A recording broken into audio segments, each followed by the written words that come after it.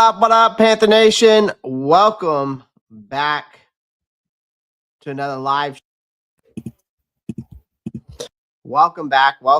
Appreciate everyone joining the live stream. Welcome. Want to do a watch party this year? Me and you again for the draft. Zach, I'm gonna do a watch party. So, I don't know if I haven't decided if I'm gonna have people come up yet, buddy.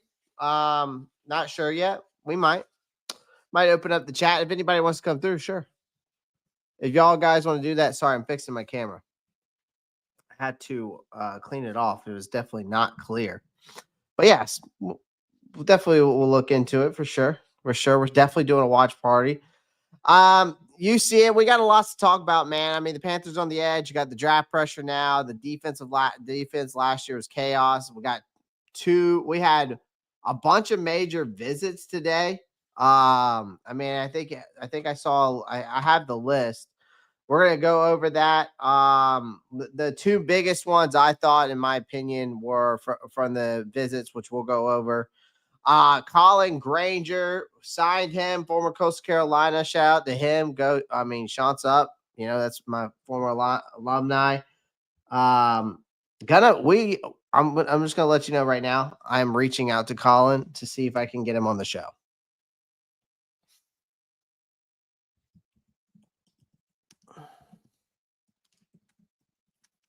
That's what we're working on right now.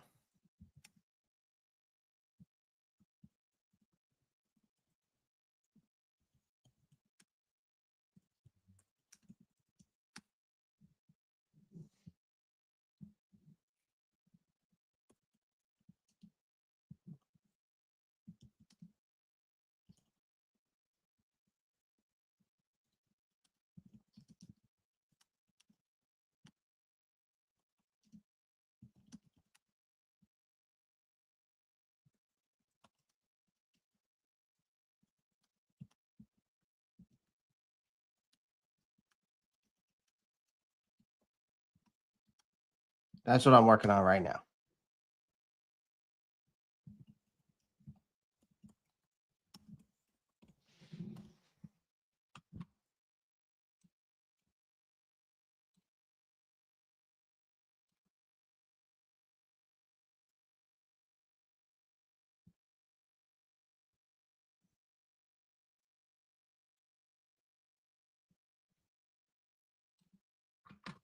Just sent him a message on Instagram.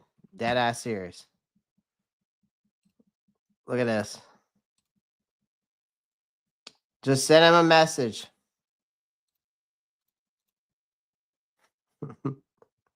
Just send him a message, see if we can get an interview. He's probably going to tell me no, but it's worth a shot.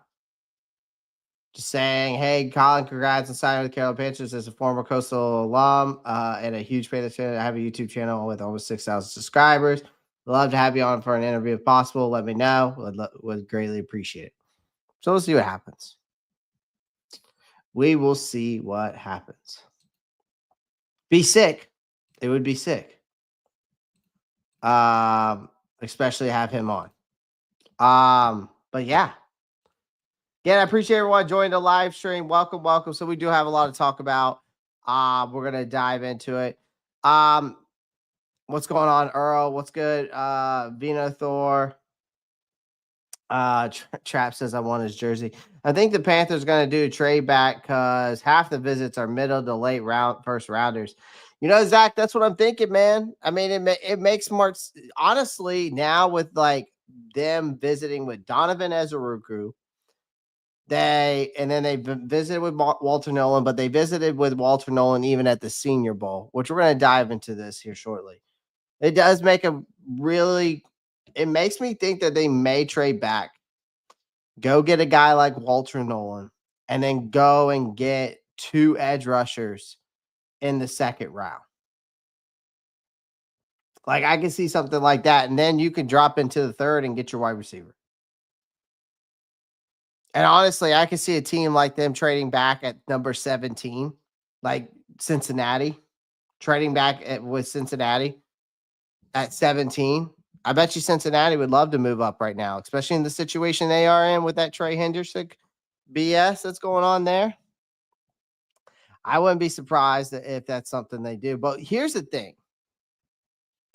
If they don't trade back, they have to nail number 8. And that's what you see right across the bottom of my screen here. They have to nail number 8. Like the Carolina Panthers, we're knee deep in this final grind, ladies and gentlemen, of their 2025 NFL draft preparations.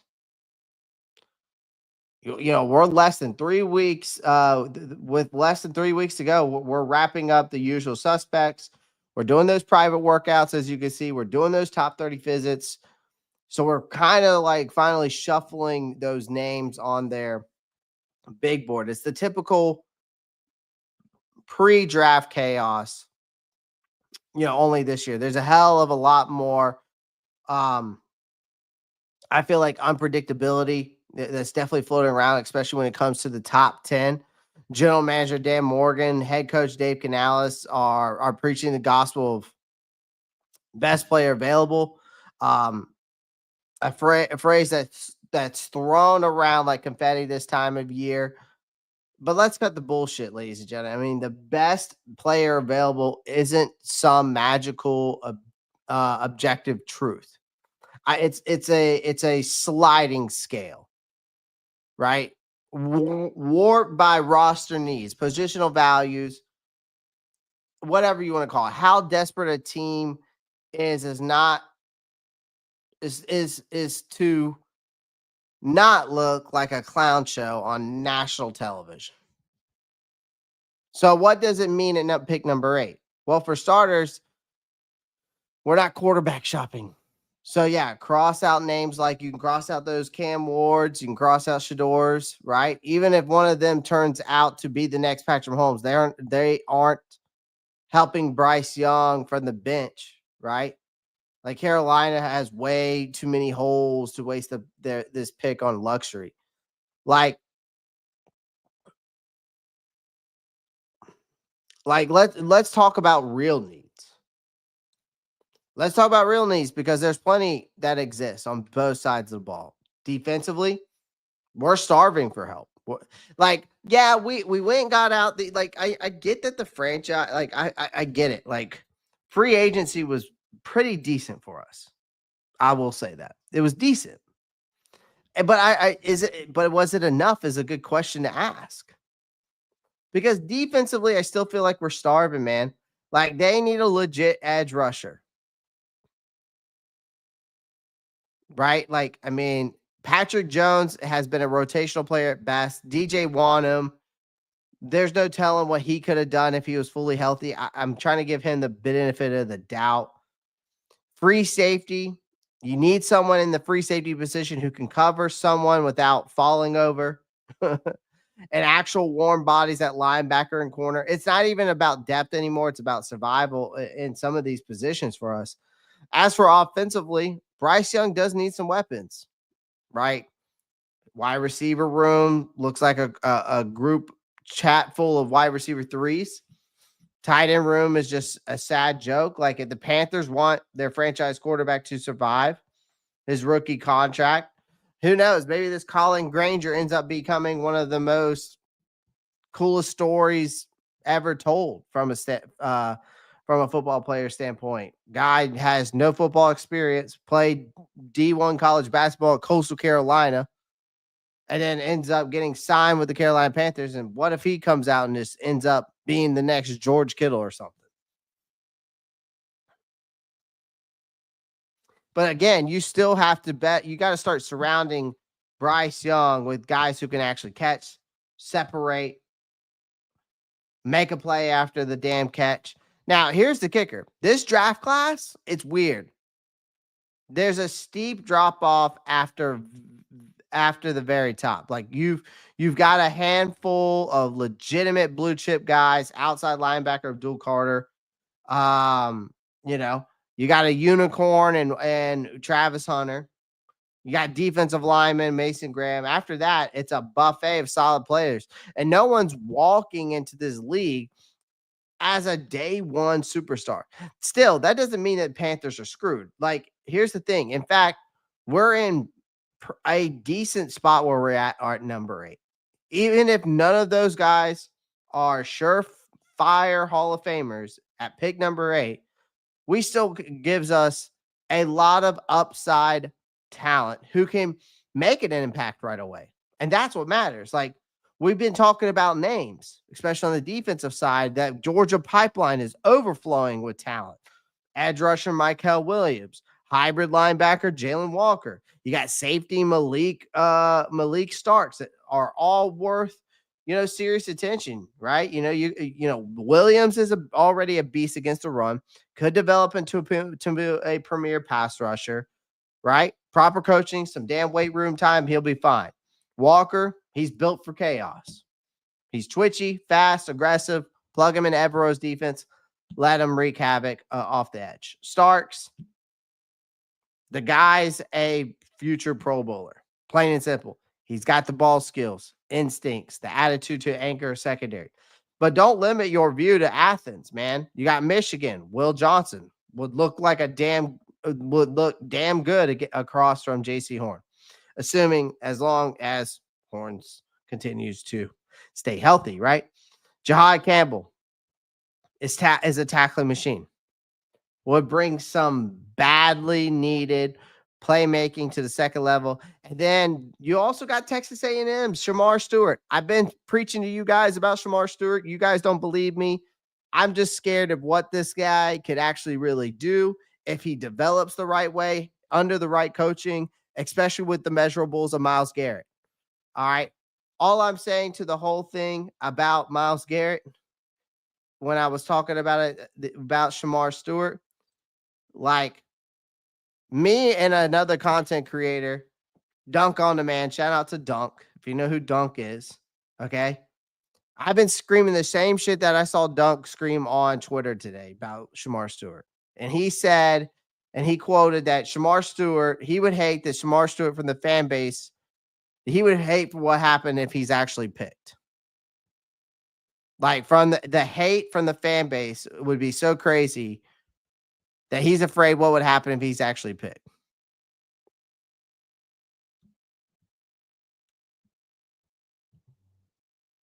Right? Like, I've been screaming the shame shit. Like, some of you guys keep thinking that he's just because of a production standpoint. I mean, when you look at his measurables, they match up with a freak like Myles Garrett. You don't brush that off. Stats, production does matter, but if you don't see the raw athleticism staring in your face, sometimes I question your ball knowledge. You may be just lying to yourself. Again, you can't question the fact that Shamar Stewart measurables does not intrigue you, at least somewhat. That's all I'm saying. At least somewhat. Right? But, like, also, you also got to think about Bryce Young. Again, we were just talking about that. Like, T-Mac, I think he is a wide receiver one in the making. Huge catch radius, sticky hands, big play juice. He instantly become Bryce Young's go-to guy. You got Tyler Warren. We just broke him down yesterday. If you haven't seen me break his footage down, go back and watch it. He's one of the few tight ends in this class who can block and catch without embarrassing himself. He's the kind of complete player who rarely makes it out of the top 20. Then there's Matthew Golden out of Texas, who I think is the best fit for this offense, really. Dude can fly, stretch the field, yak producer, 3-level route runner, can create separation on a dime. That's exactly the kind of receiver who makes defenses sweat, safeties panic, what Bryce Young needs. But see, the critics and the ones clutching their pearls at the idea of drafting any of these names at number 8, some of people believe that it's a reach for even some of the names that I mentioned. And that's what they'll say. And you know what? Screw that, man. The draft is a minefield of maybes and potential. Every pick. Listen to what I just said. The draft is a minefield of maybes and potential. Every last pick. There's no such thing as a reach this year unless you're drafting a punter.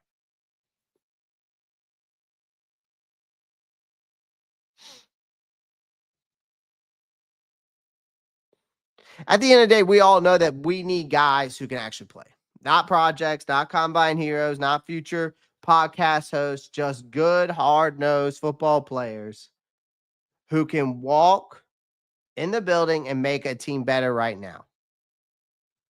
Because, I mean, come April 24th, someone with talent will fall into our laps.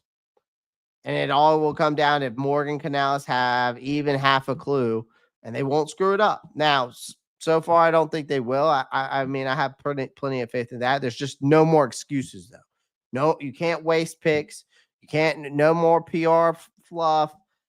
Draft a damn baller. Because in this 2-year rebuild, progress isn't optional. It's an overdue, man. It's an overdue. 48 people watching tonight. Appreciate everyone who's tuning in, whether you're watching on YouTube, whether you're watching on X or Twitch. Appreciate everyone joining the live stream. Again, make sure you pound that like button. If you're watching on the YouTube channel, make sure you hit that subscribe button if you haven't already. We're almost to 6,000 subscribers, man. We are very close. So I would love to reach that. We're literally only 60 subscribers away from being at 6,000 subscribers on YouTube. And what a mile mark that would be. What a mile mark that would reach automatically. So I appreciate you guys. I really do. All right. Let me see here. Let's get into this. I got to share my screen real quick. All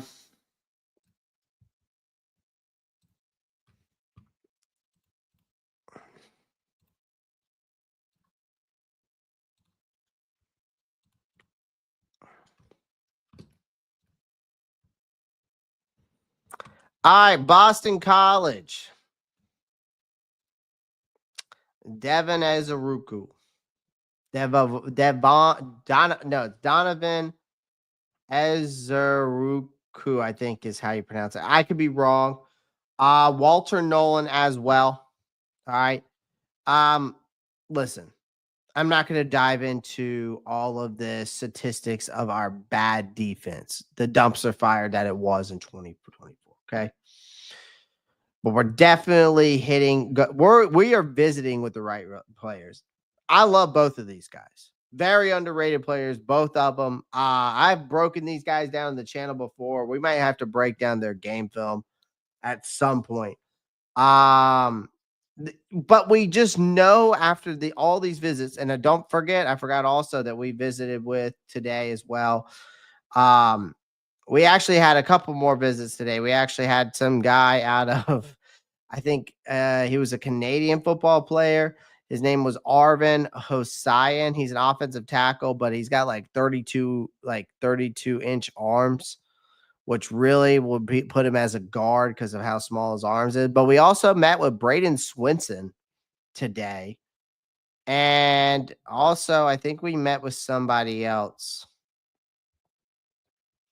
We met with Braden Swinson today, and that was on April 5th when we met Shamar Stewart. So we met with Braden Swinson today as well, the defensive end out of LSU as well. That's a guy who had over 59 tackles, 8.5 sacks, 59 pressures, 2 forced fumbles, and 3 PDs.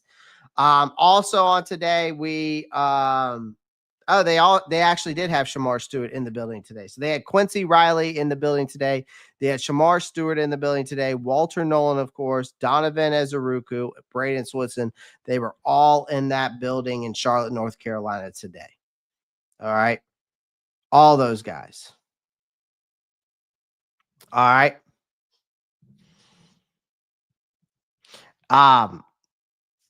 The last time we drafted somebody out of Boston College, do y'all remember who that was?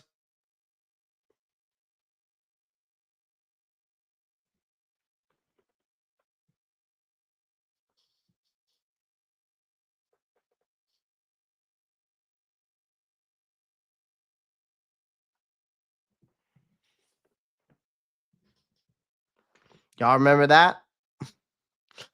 59, Rock Jones, Vino Thor. Yep, Danny. The last time we drafted someone out of Boston College, it was Luke Kuechly. Look how that turned out for us.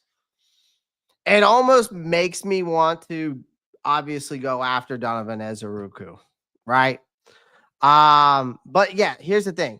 Dan Morgan's got this memo, man. It's clear going defense, right? Because you couldn't get any worse from last year because we're trying to plug the gapping holes that we have already. Duct tape and desperation. Again, we brought in Bobby Brown III. You brought in Tershawn Wharton. You brought in Patrick Jones. Are these guys game changers? No. Can they be? I think only time will tell. But at least they can put on the pads and tackle someone, right?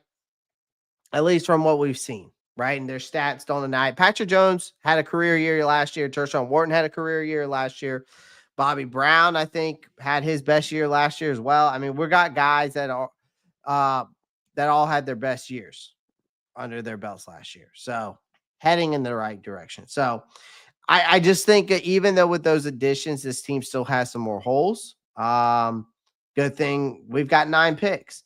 So let's talk about Walter Nolan real quick. You're talking about a guy 6'4", 296, a behemoth out of Texas A&M, but then transferred, I think, to Ole Miss the next year. I think Nolan is I think he's one of the most underrated guys in this, at least from a defensive tackle standpoint. Because everybody talks about like Kenneth Grant, and then of course, Mason Graham. I think Nolan should be in the same department as those guys are being talked about. I honestly think Walter Nolan's better than Kenneth Grant. I wouldn't put him above Mason Graham. I'd probably go Mason Graham than Walter Nolan. That's just my opinion. Because I think he is an athletic freak. Some people don't believe he is. I think he is for his size. For him, he's a guy that can play all 3 technique, 5 technique, one technique. Knows, I mean, wherever.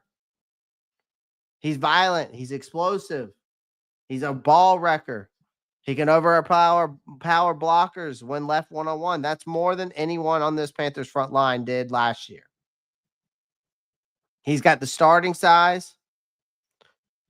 Now, his physical traits, I don't think it's going to blow anybody away, but he gains quick advantages, his explosiveness into contact, his ability to beat up blockers.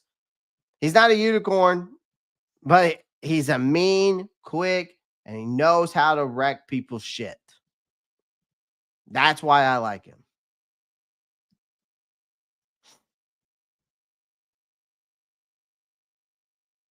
Earl Locklear goes, why did we sign? He's probably, listen, the way I look at it is this.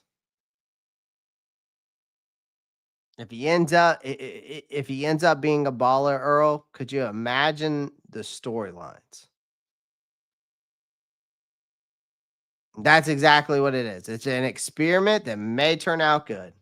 They probably signed him for like a practice squad deal. He may end up just being a warm body. Who knows? He may end up being just a warm body for all we know.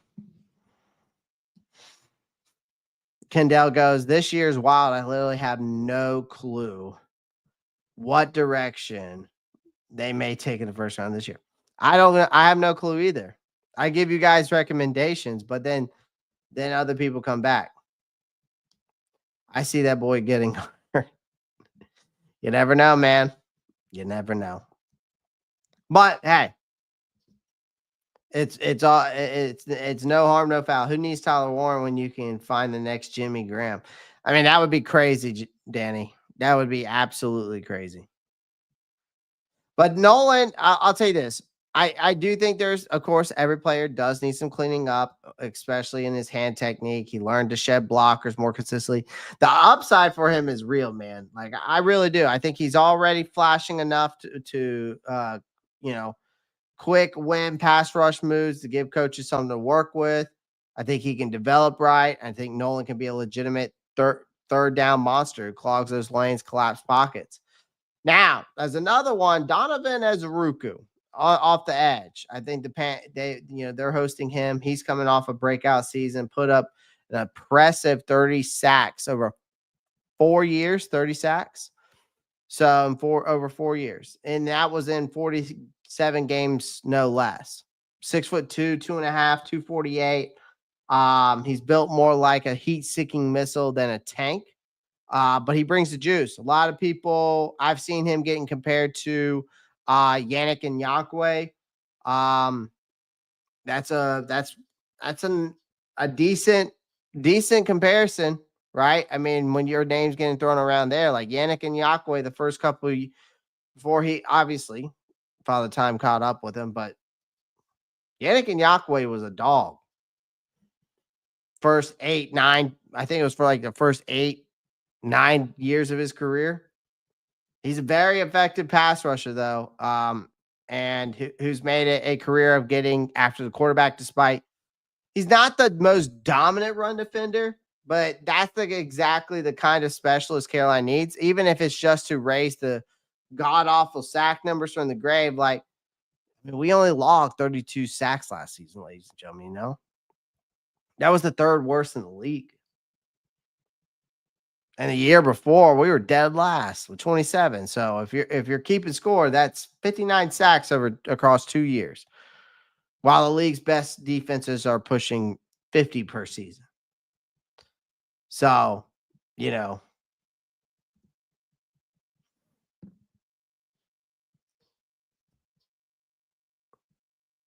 I like these visits. These 2 visits, I'm all for it.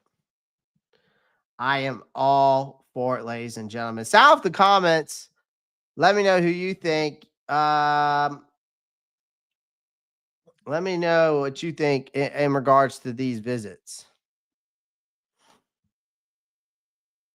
I'm going to put a nice little poll up. Let's see what y'all vote. I'm going to put out of today's draft prospect visits, who is your favorite? We're going to go Walter Nolan, Donovan. I got to spell his name correct. Lee.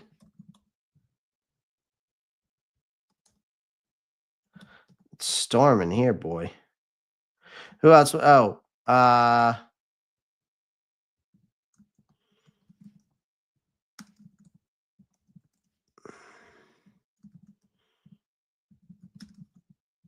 these were the 2 big names today, or 4 big names today.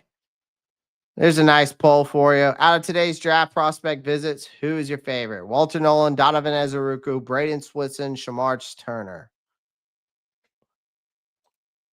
No Burns, no Brown. Wonder why we didn't get any sacks. Well, Burns got traded. Brown got hurt. So didn't help that the guy that you signed either, DJ Wanu, didn't come out either. Didn't come out till after week 10. So no, I know it's hard. Didn't have good rotational guys, I can tell you that. Do you think this year draft is better than last year's? From a defensive standpoint, yes. Zach, I think that this defensive draft might end up being just as the one in 2019. That defensive draft, we went over it. It was deep with talent in 2019. I think this one might even be deeper. I mean, from a defensive standpoint, dude, I mean, you're going in like when we've done the, if you think about it, I mean, we'll be able to get, guys in the 4th round that 4th and 5th round may be able to make an immediate impact. I don't remember the last time I've seen from a defensive standpoint, a class like this deep. Maybe I'm overreacting. I don't know. But I just feel like from a talent standpoint, I've never seen this much talent on the defensive side of the ball since that 2019 draft. And I think this draft class is going to be deeper and better. So we'll see. It's crazy. What's up, Antonio? Hey, what's up, Clay? Who you got winning tonight, Florida or Houston? I'm thinking about throwing some money down on Houston. I put money down on them on Saturday night. Was it? Yeah, Saturday night. Ooh, won me $175. Won me $175. And shout out to BetUS because that's who I bet with. BetUS. Shout out to them today. Sponsorship of the Rockstar Report. Sign up for free today. Get 125% bonus up on your first 3 bets up to $2,000. So go check them out. Link is in this description of this live stream. I will never forget that our general manager didn't trade Brian Burns for 2 first-round picks. Zach, PTSD, man. PTSD, my brother. PTSD. All right, let's get into some more news with the Carolina Panthers. Taylor Moton. Now, there has been talks about him possibly. I'll say this. There has been some talks that his job may not be safe. And it came out from Bleacher Report's Alex Ballantyne, who pointed out that the offensive tackle, that he feels that our offensive tackle is a surprise need because, number one, Moton's getting up there in age, and Ike Ekwonu are under contract through 2025. I get, and here's the thing, Ike Ekwonu is trending up the right way. I think Moton's future is foggy at best because he is getting older. But maybe Taylor Moton's job isn't as secure as some folks. The Panthers may not be broadcasting it, but I mean, I wouldn't be shocked again if they're quietly preparing to hand him I just don't think I'd be shocked if they're quietly preparing to hand him a gold watch and a thanks for everything speech sooner rather than later. Now, I don't think it's going to be this year. It could end up being next year. Just depends. I mean, Moton has been one of the few steady hands on this offensive line, for sure. Durable as hell. Guy didn't miss a single game until last season. Consistently solid in the pass protection. He's been a rare bright spot on the offensive line that's been more than menacing until last year. He's been the type of player you just pencil in and forget about. But now, the pencil is being replaced with a giant red mark. Like, his contract clock is ticking loud. I mean, he turns 31 in August. That's not ancient by NFL standards, ladies and gentlemen, but for a lineman with a hefty price tag, 0 guarantee years left after 2025, it is a bit of a red flag. And let's not kid ourselves. Carolina has a lot of shit to fix. This team isn't exactly one piece away from Super Bowl, and there are more like half-built IKEA cabinets, decent foundation, but missing half the damn screws and instructions written in Klingon.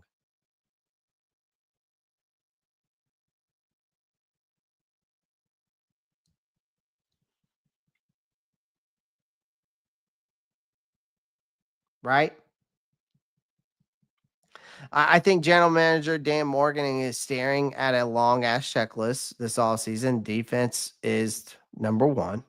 Wide receiver room, maybe number 2 or 3 on his list. Who knows? Right? I mean, committing big money to an aging right tackle might not be at the top of that priority list for Dan Morgan in that front office, right? Like, here's the thing. That's with all that being said, that's where this comes into play in my mind. That's where it brings us to the draft. Right now, we have the 74th pick, which puts them in range for some few intriguing right tackle prospects. One of my favorite is Ozzie Trapillo out of Boston College. You also got Marcus Mabau, I think, is out of Purdue. Cameron Williams out of Texas, of course. You know, all three of those guys have shown flashes, all have played the right side. All three could be groomed to take over Moton and get, you know, and be groomed by him, right? But let's not rule out something bolder. I mean, Dan could decide, screw waiting, grab a tackle in the now. I don't think this would happen. I don't see him grabbing a tackle in the first round or something. But that would definitely be like a what the fuck kind of moment, right? Drafting a top tier tackle at number 8. I think this fan base would absolutely lose their shit. If it gives Young a long-term stability, gives the teams flexibility to let Moton walk without blinking. Financially, it's cold, but this is NFL. Sentimentality doesn't play the bills, but I don't think that's going to happen. I honestly think they'll keep Moton for at least another year. I think what they'll do is see how this year goes. If it goes well, he does solid, right? They'll keep him another year. But maybe in this draft, maybe they look at those guys like I mentioned, like Ozzie Trapillo out of Boston College. Maybe they go after Marcus Mabau out of Purdue or Cameron Williams. Let him mold them before they move on. I think that's the most that would be the most smart thing to do. I mean, again, I know we're rebuilding, right? But it does not hurt to have certain veterans to mold your younger guys for the future. You know what I mean? So is his job safe? I would say I would say nobody's job is ever safe in the NFL. I don't think that they're going to push him out the door tomorrow. But I just don't be shocked if they're already eyeing a replacement. I don't think they're going to make a move like in the first round. I don't think they're going to do anything like that. But it wouldn't be surprised me if they go after like those 3 gentlemen I mentioned, right?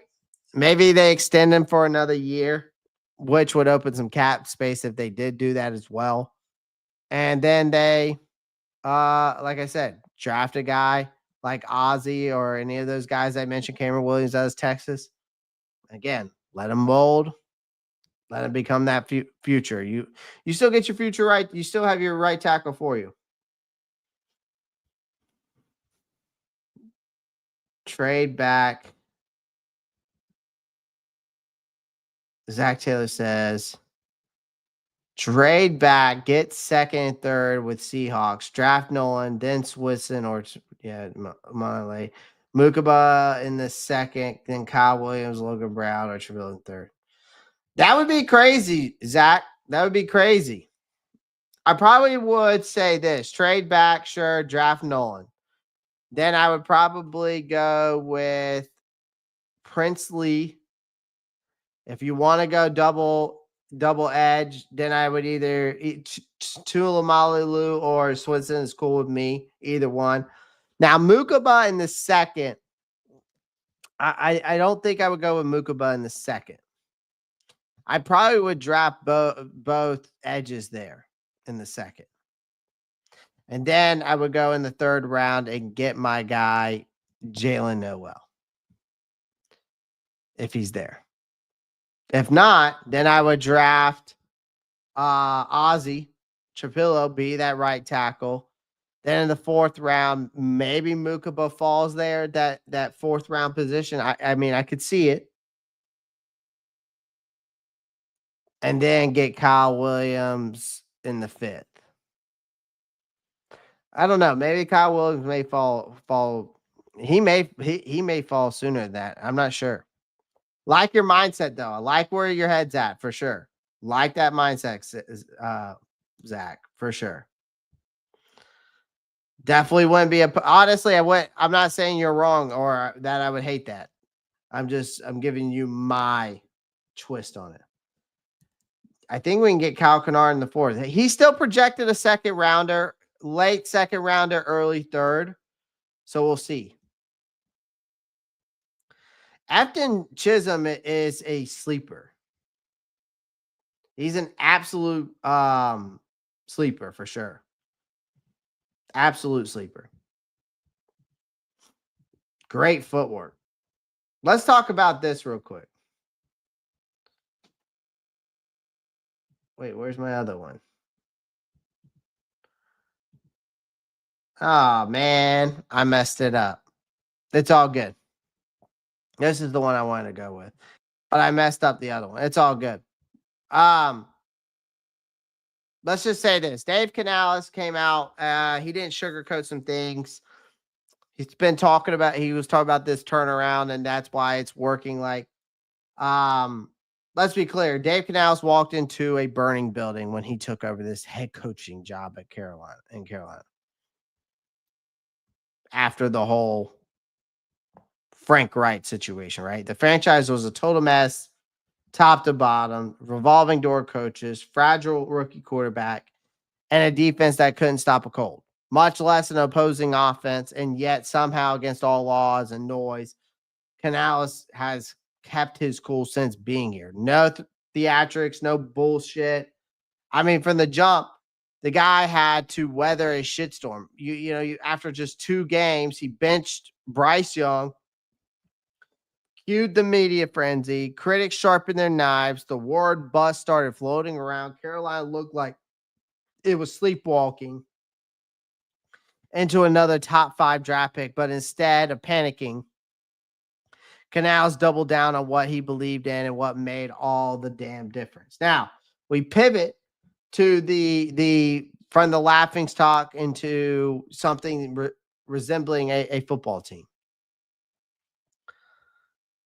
Then the shift happened. Slowly, but almost stubbornly, the Panthers stopped being a punchback. They didn't start lighting up the win column, but we started seeing a lot more fight in this team. They looked a lot more competent. Bryce Young became better, sharper, more poised. Turns out sitting him was the best thing that they could have done and gave him the time to reset, relearn without pressure, without the pressure cooker melting him down. And all of this happened with a defense so historically bad, it gave up the most points in the single season in the NFL. Let that sink in for a second. And Canales still got his guys to claw, scrap, despite the dumpster fire on the other side of the ball. That's not just coaching. That's, what's the word I'm looking for? I'm trying to think of the word I'm looking for.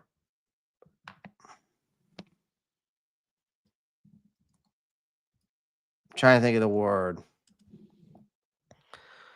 Trying to think of a good word to pronounce that.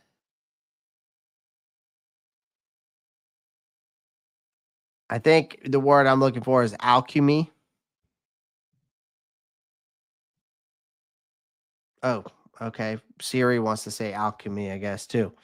But but here's the thing. This is what he said. Like right here, when things were looking pretty bleak, to be able to keep consistent messaging and not emotionally respond to losers or winners, but just bring it back on Monday. All right, here's the truth. Here's critical verbals. Here's where we did good. Here's where we need to improve. We've got a plan for this. Are these things that sound like we can fix? Basically, what I take from that is no rah-rah bullshit, no sugarcoating, just facts, plans, accountability. Guess what? I think the approach is working, especially in a league where players can smell fake leadership from a mile away. Canales didn't flinch when things got ugly. That kind of unshakable composure rubs off on people very easily.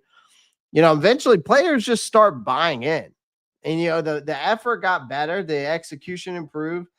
A foundation finally started to take shape in Carolina. You compare that to the circus that came before. Matt Rule, who practically threw his entire coaching staff and roster under the bus to save his own ass before David Tepper finally grew a spine and fired him.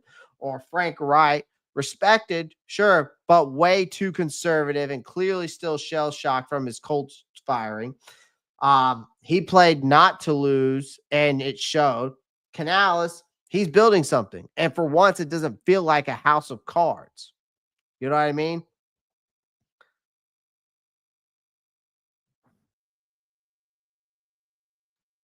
So, I mean, let's just not rewrite history. The hire was a gamble for sure. Canales had exactly 1 year play calling experience in Tampa Bay before handing him the keys. And most people figured he was at least 2 to 3 years away from getting serious head coaching buzz.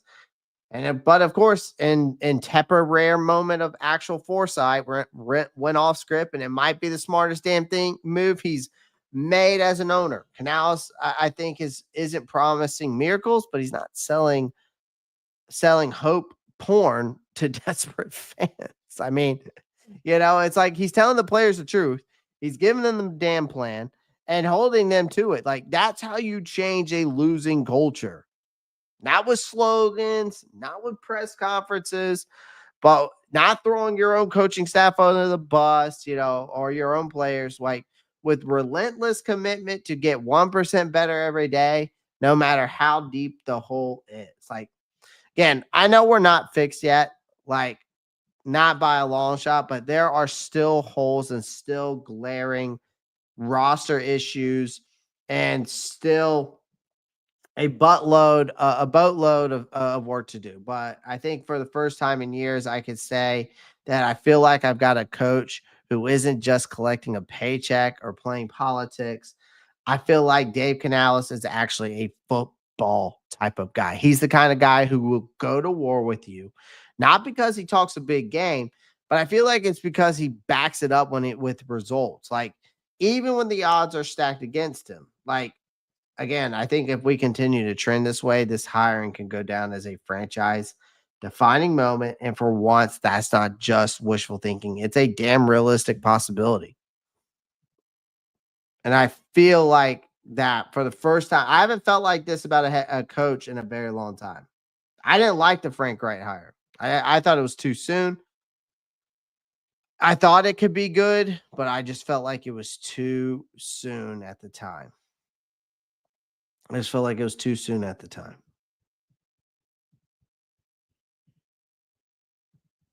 You know? So, the brutal truth, real results. Dave Canales, man. Clear eyes. What is it for Friday Night Lights? Clear eyes, full hearts, can't lose. Great show.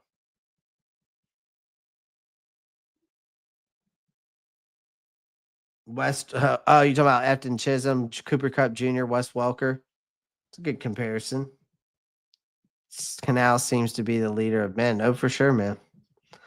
They played hard for him. Yeah.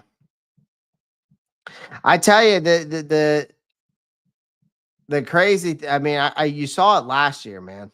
You saw it last year. Like, I sometimes I took his press conferences. I'm like, this guy is way too positive. Even though, I mean, but you got to give credit where credit's due. I mean, he stayed the course. He stayed the course.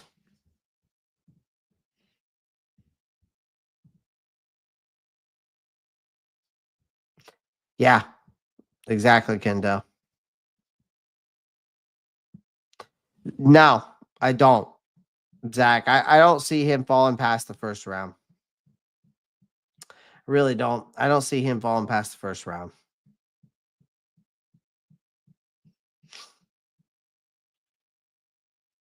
If he falls anywhere, it's mid first, and that's as far as he goes. That's as far as he goes.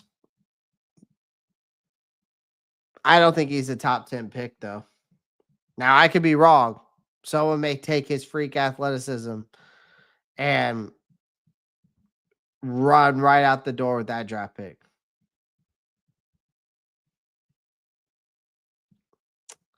I wouldn't be opposed. I would never have been opposed to that.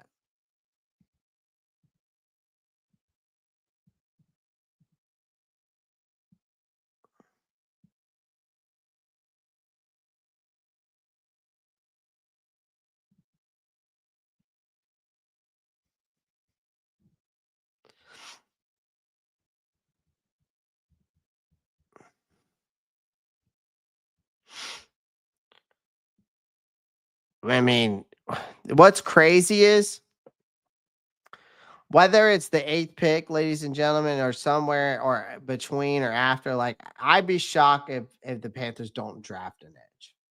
We already have right now reported, ladies and gentlemen, we have 11. We have visited with 11 edge rushers. Fadil Diggs out of Syracuse, Donovan Ezeruku out of Boston College, Aston Gillette out of Louisville, Kyle Kennard out of South Carolina, Alo Dejo, that's the guy out of UCLA. Quay Robinson out of Alabama, Shamar Stewart out of Texas A&M, Braden Switson out of LSU, Princely Umani Million out of Ole Miss, Jalen Walker, and Michael Williams. I wish Luke Kuechly would be our linebacker coach. The question is does Luke Kuechly? I think the question is on that Panthers gal is does he want to coach? Does he want to coach? That's the question. Solid Jackie, what's good, man? Appreciate you joining, brother. Appreciate everyone joining, being here on this wonderful starting the week off. Nice. With some Carolina football talk. So out of everybody today, though, we got a poll question. I see that up there. I put a poll question up there. Where are we at? We got 20 votes. All right. We got 20 votes on the poll question. And out of our favorite draft prospects who we visited with today, so far, 40% of you guys out of 20 votes voted Walter Nolan. Maybe I've hyped him up too much on this show. He's one of my favorites. He's one of my favorites in this draft class from a defensive tackle standpoint. No one voted for Shamar Stewart, man. I think he's a sleeper, man. I think he's a sleeper with those measurables. The production may not have shown it. The production may not have shown it at Texas A&M, but when your measurables are compared to Myles Garrett, you cannot deny raw athleticism. Just saying. I'm not necessarily saying that he's going to end up being Myles Garrett. I'm just saying you can't deny that.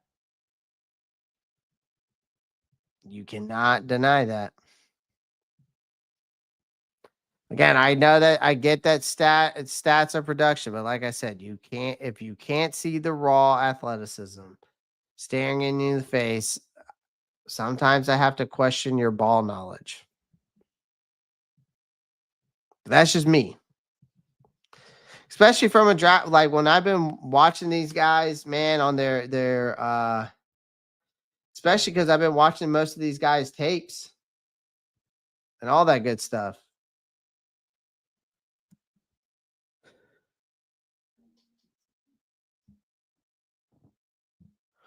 I wonder if Colin will message me back. Ooh. Well, ladies and gentlemen, we might have Colin Granger on the channel, ladies and gentlemen. We might have him on the channel.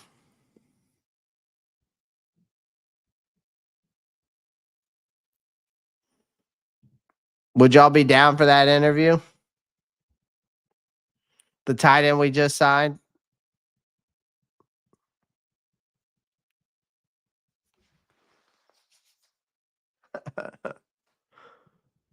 The guy that has no football experience. But hey, he's from my alumni, so it'd be kind of sick to talk to him about that.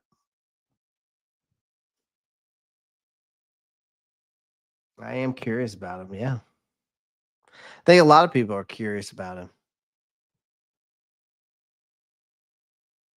So, all right, guys. Well, I'm gonna log off of here tonight. We're gonna listen. We're gonna do some more. What's he gonna talk about? Basketball? No, we're gonna talk about the process of him going from being a D1. If I want to talk to him about anything, it'd be more like talking about, you know, the process of him going from being a D1 basketball player at Coastal Carolina to now, you know, um, to signing with the Carolina Panthers, what made him want to try transition to football, all that kind of good stuff. There's so many questions that we could go into. Jesus, Earl, we're not going to ask him that. Hey, don't forget about uh, Parham, the tight end from the Chargers. I think he's like 6'8". So, anyways. All right, guys. Well, I'm gonna log off of here. I'll see you guys tomorrow. We're gonna break down some more stuff. Probably break down some draft prospects and some definitely gonna be breaking down some more stuff as we go throughout the week. So appreciate you guys as always. Remember to make sure you smash that like button, hit that subscribe button. Make sure you click that post notifications bell so you don't miss out on new content. Of course, follow me on all my social media as you see over here.